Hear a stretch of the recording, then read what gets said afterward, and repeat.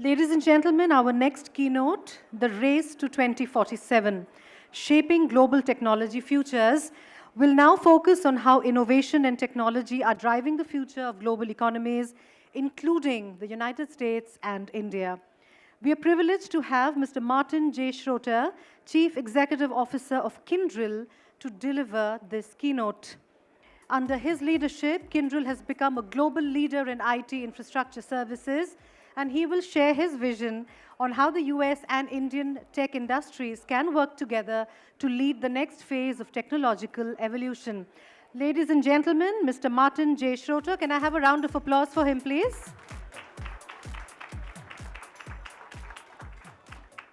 Thank you. That was very nice. Good evening, everybody. It's nice to see such a great turnout for such an obvious important event. I mean, much of what the Honorable Minister talked about was collaboration, and the fact that the U.S. and India do work so well together, and it's a relationship that can drive plenty of growth. And at least for me, and I hope you feel it as well, given how long it took to settle people down during the short break, I'd say that there's plenty of energy that should inspire us. And frankly, for us at Kyndryl, it's one of the reasons that our growth plans and our future is centered in India. As I think about India 2047, I already see a nation that's a global powerhouse in technology, it's a global powerhouse in innovation, and as the Honorable Minister noted, it's a global powerhouse in economic growth. It's doing phenomenally well, and with an immense opportunity to continue to expand that footprint. And we, as I mentioned, have India at the heart of our growth plans, and we are committed, we have been committed. I've spent a lot of time with ministers today and in the past to be a part of that journey. I'd also like to just commend the Indian government on their leadership in driving India's economic growth, in attracting investments and strengthening the invaluable partnership that exists between India and the United States. For those who have not heard of Kyndryl, it's okay. We are the world's largest managed services IT provider. We work alongside global enterprises in over 60 countries. We design, build, modernize, and transform large-scale IT systems. We do the work that makes the world run. Banking systems, airline systems, supply chains for manufacturers, telecom systems, healthcare companies, et cetera. And we proudly run and transform those systems in many countries, as I mentioned, and we are increasingly focused now on helping the public services all over the world, India included, become digitized and more secure to deliver better outcomes. It's important that, for me, that you know that for us, India is not just a market for us. It is, as I mentioned earlier, a cornerstone of how we operate. We get the most dynamic innovation. We have an entrepreneurial spirit here that is inspiring to our own teams. And so you know, to put it in context, we are nearly 80,000 people globally, and we have more than a third of our people here in India. The reason it's so important is not because of the magnitude, not just because of the scale, but there's a symbiotic relationship that we've created between our operations here and how we run. Our operations here are obviously integral to how we deliver our services globally and provide critical support, and also where we innovate, and ultimately how we help our biggest customers, our biggest enterprises, run their businesses and their operations across a global economy in a smooth, secure, and obviously reliable way. So we get not only cutting-edge research and cutting-edge development, but we get robust service deliveries, and our Indian colleagues are at the forefront of all of that innovation. Domestically, for our customers here in India, we touch millions and millions of Indian citizens who quite frankly, they believe in Modi's Viksit Bharat vision. And we support, for instance, India's central bank. We support large private and public banks and small finance banks in their digital transformations, each of which is helping and benefiting Indian citizens. We're also at the forefront of helping the transportation and the aviation infrastructure to deliver goods and services across the country. If, for instance, you flew through or you're going to fly through the Bangalore airport, we run all of the systems of the Bangalore airport as an example. All of that is in support of keeping India growing at a very rapid pace. So we're building for India in India, and we're building for the world from India, and that's what makes it, for us, such a symbiotic relationship. We also believe that we are a stakeholder in India's future. As I mentioned, we have more than a third of our nearly 80,000 employees here, and so we're also helping support the economic transformation that's underway in India, supporting startups and building technology solutions for the public good, generating jobs, and investing in corporate social impact efforts that are so important to how India runs and the role we should play. As a services business, it won't surprise you when I say that people sit at the heart of what we do.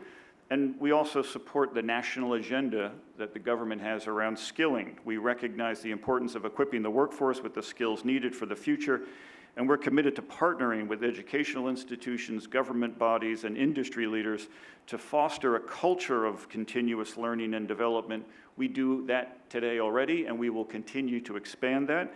And by doing that, we also empower the individuals who contribute to this nation's economic growth.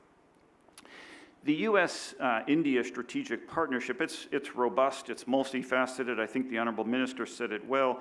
And technology plays a pivotal role in enhancing that relationship and leading to the kinds of transformative changes in the key areas, including what's so important here, which is the public digital infrastructure.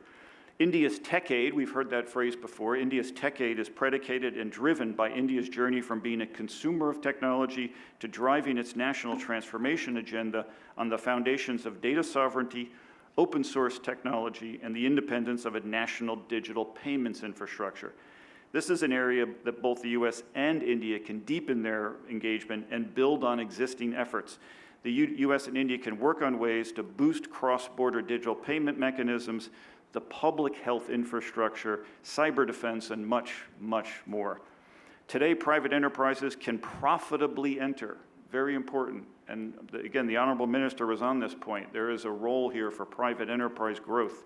Private enterprises today can profitably enter and infuse technology into a range of industries like microfinancing, telecom, service delivery, retail businesses, because the India Stack, I hope you're familiar with that term, the India Stack has enabled ways to significantly lower the cost of transactions, things that no other country, nobody else is doing.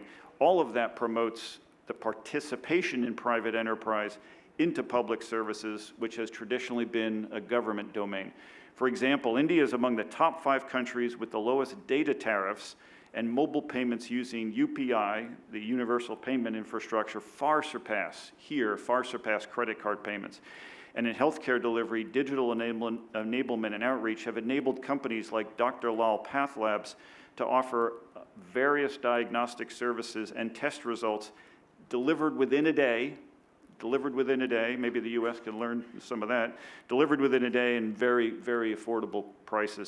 So technology is being infused. Private enterprise has a role to play, can do it profitably, and the government's very bold in its thinking. So I commend them on the vision they have. Additionally, I see India's digital journey emerging from a point of what I'll call resilience to one of resurgence, and the factors driving that are providing even more opportunities for trade and technology between the US and India. Both nations are, as openly stated, committed to fostering an open, accessible, and secure technology ecosystem, very, very important for all of this, based on mutual trust and democratic values. This partnership emphasizes co-development and co-production, ensuring that both countries stay at the forefront of innovation, critical for each of us to continue our paths of growth. In the semiconductor sector, as an example, the US and India are working together to enhance supply chain resilience and promote advanced manufacturing capabilities. And the fundamental pillars of agreement will continue to revolve around areas of mutual benefit that were outlined in the ICERT agreement that includes AI, semiconductors, defense, and space. But there's many, many more areas where this can progress.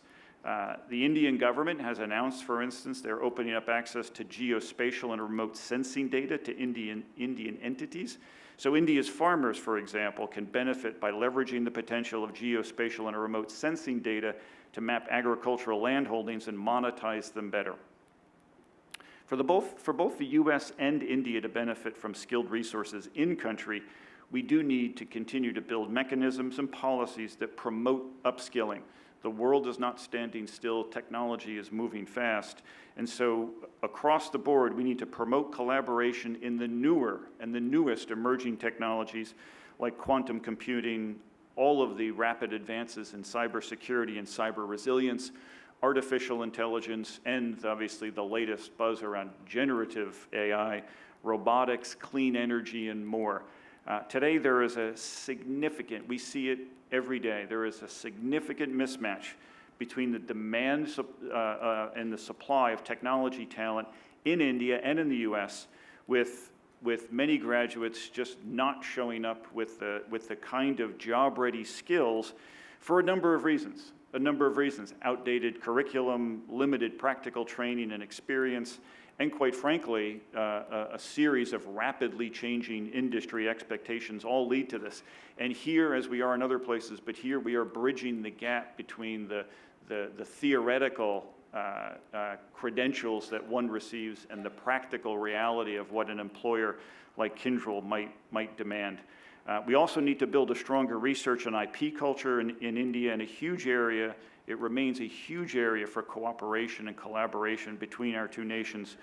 And in the area of cybersecurity and digital security and digital trust and frameworks and mechanisms, they need to be robust, they need to be easy to use, and they need to be transparent.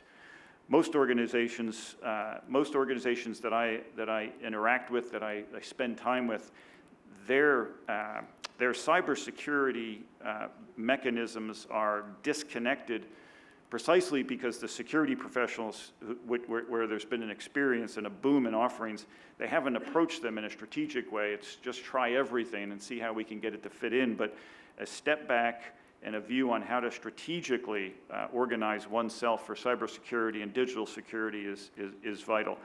And obviously, I mentioned it earlier, but Kyndryl is a very big supporter of the evolution of the digital public infrastructure, the DPI.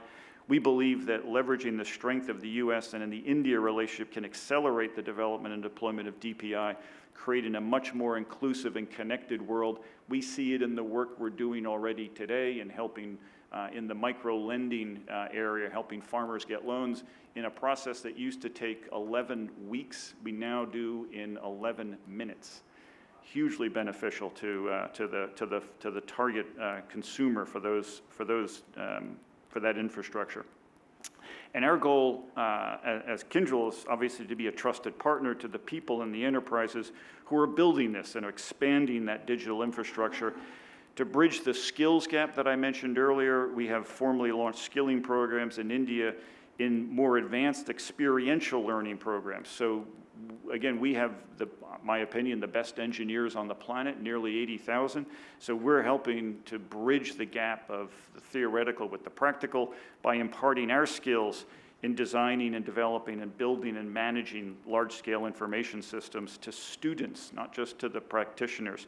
As we stand here today, we will, I would predict, get roughly 10,000 graduates through that in the next couple of years, and that'll create a talent pool for the whole industry. So hire them. We're eager to leverage, obviously, the expertise of others to join that program to help us bring these students and enhance their readiness and bring them into these thriving economies.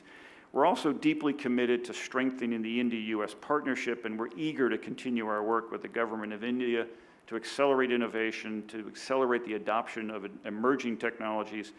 And it's one of the reasons why being here and at this event and engaging with well, with the Honorable Minister and others, is so energizing because this government is so aligned to a vision that we agree with, that we think is the right things that will deliver the kind of outcomes that we're all looking for. We're also committed to advancing partnerships that enhance India's talent pool, that promote cybersecurity, that support startups, and that modernize digital infrastructure. Look, if you had to look out a year, we don't have to predict, but we could probably expect that there will be significant advancements in a number of things, and I'm hopeful that one of those is trade policies between our two nations. These policies play an absolutely crucial role in shaping the future, yes, of trade, but for where I stand and for the critical element of digital trade. So these policies will help shape the future of cross-border data flow, ensuring that information can move seamlessly and securely across borders.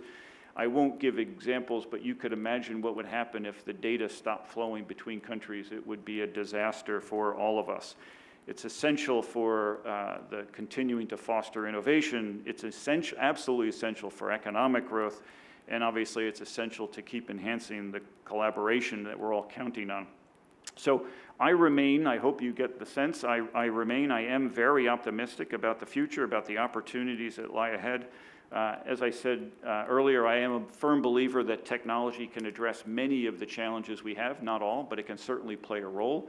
And I look forward to working with the group to figure out how do we drive the India and the US collaboration forward so that we make a much more prosperous future for everybody. Thank you very much.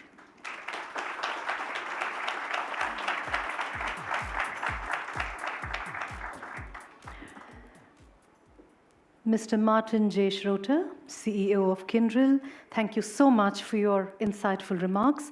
Your vision for the future of technology and collaboration between the United States and India is truly inspiring and definitely gives us much to consider as we look towards 2020.